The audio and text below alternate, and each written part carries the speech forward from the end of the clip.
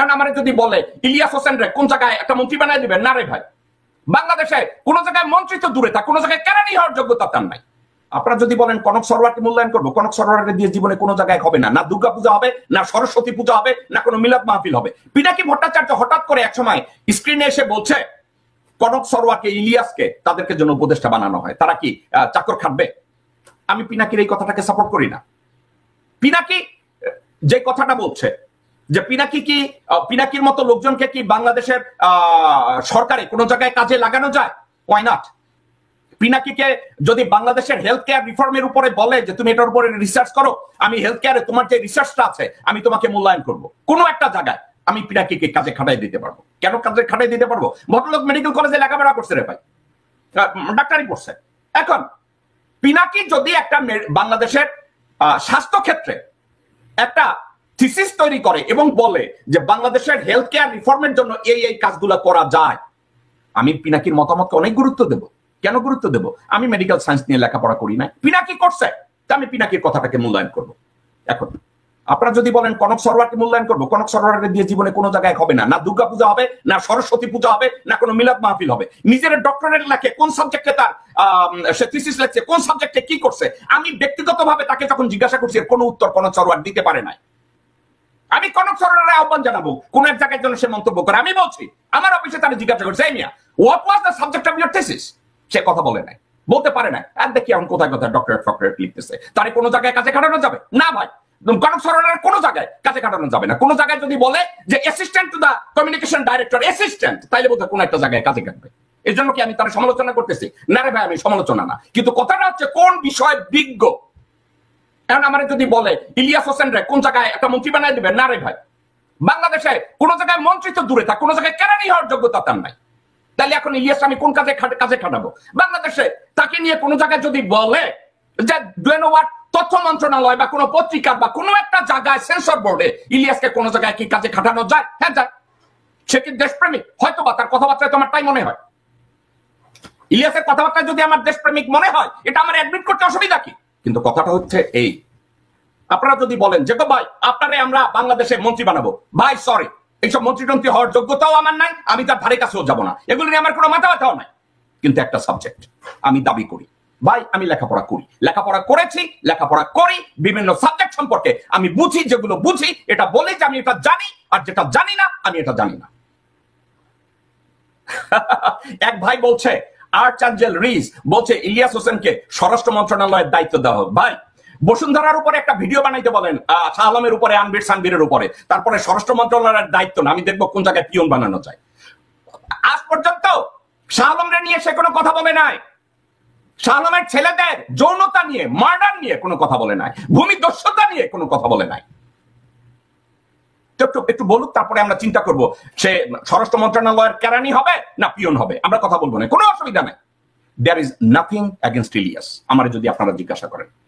অনেকে বলে ভাই ইলিয়াস হোসেন এইটা বাদ দেন, সাবজেক্ট এইটা না।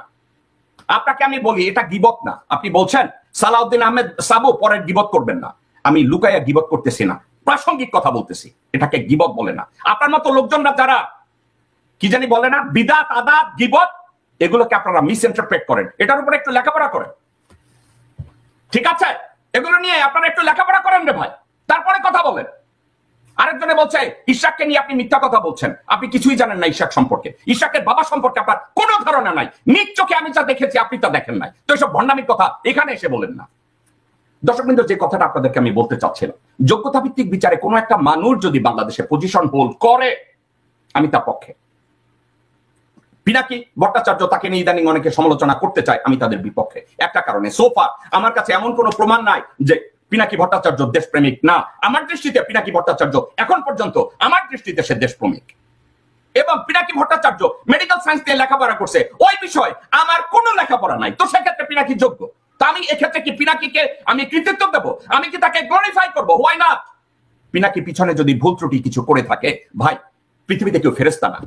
পিনাকি যদি বলে থাকে সে বাংলাদেশের একজন প্যাট্রিয়ট এবং বাংলাদেশের উপরে কাজ করে, কত সময় নষ্ট করে এক একটা ইভেন্ট তৈরি করে, যা কিছু করে, আমি তার কাছে কৃতজ্ঞ। সে বাংলাদেশের পক্ষের একজন মানুষ। কনক সরোয়ার, ইলিয়াস, তাদের যা যোগ্যতা থাকুক আর না থাকুক, বাংলাদেশের নিয়ে তারা চিন্তা করে, তারা বাংলাদেশের উপরে কাজ করে। তো আমি তাদের প্রশংসা করি, এরা ভালো মানুষ। এখন একটা কথা, আমি ভালো মানুষ, এখন আমি ভালো মানুষের অর্থ এইটা না যে আমারে দিয়ে ডক্টর খলিলুর রহমানকে রিপ্লেস করানো যাবে, আমারে দিয়ে ডক্টর ইউনূসকে রিপ্লেস করানো যাবে। এ ধরনের চিন্তা যারা করেন আপনারা ঠিক না। আপনাদেরকে একটা জিনিস চিন্তা করতে হবে, যোগ্যতা ভিত্তিক বিচারে যাকে যেখানে বসানো দরকার বাংলাদেশকে ঠিক মতো আগায় নেওয়ার জন্য আমি এটার পক্ষে। বাংলাদেশের উন্নতি হবে, আমি তাদের পক্ষে। আমি ইলিয়াসকে এই জন্য পছন্দ করি কারণ ইলিয়াসের মাথায় একটা জিনিস ঢুকেছে, সেটা কি জানেন? ভারত আমাদের শত্রু। ইলিয়াস এটা বুঝেছে, কনক বুঝে নাই। কনক দুদিন পরে রয়ের কোলে বৈশা ওরে ফ্যাট শরীরটা লইয়া সুমা খাইব। কনককে বিশ্বাস করেন না, ইলিয়াসকে করেন, কারণ ইলিয়াস ভারতের পক্ষে না। ইলিয়াস খুব ভালো করে জানে ভারত কারা, স্টাডি করে দেখছে ভারত। এই জন্য ইলিয়াস মাঝে মাঝে চিল্লায় ভারতের পক্ষে যারা যাইবেন আমরা তাদের বিপক্ষে। আমিও সত্য, আমি এটাকে সাপোর্ট করি। তো এক্ষেত্রে ইলিয়াস যদি বলে যে ভারতের পক্ষে যারা যাইবেন, প্রথম আলোর পক্ষে যারা যাইবেন, আমি তাদেরকে নোট করে রাখতেছি, হালেলুয়া, আমি ইলিয়াসের পক্ষে, আলহামদুলিল্লাহ। এখন কথাটা হইতেছে এই ইলিয়াস পিনাকি এদেরকেও বলবো, গোরখত আব্বাস শাহ আলমের দোসর। গোরখত আব্বাস শাহ আলমের সামনে শিশু। শাহ আলম হয়েছে বাংলাদেশের সবচেয়ে বড় ভূমি ক্রিমিনাল।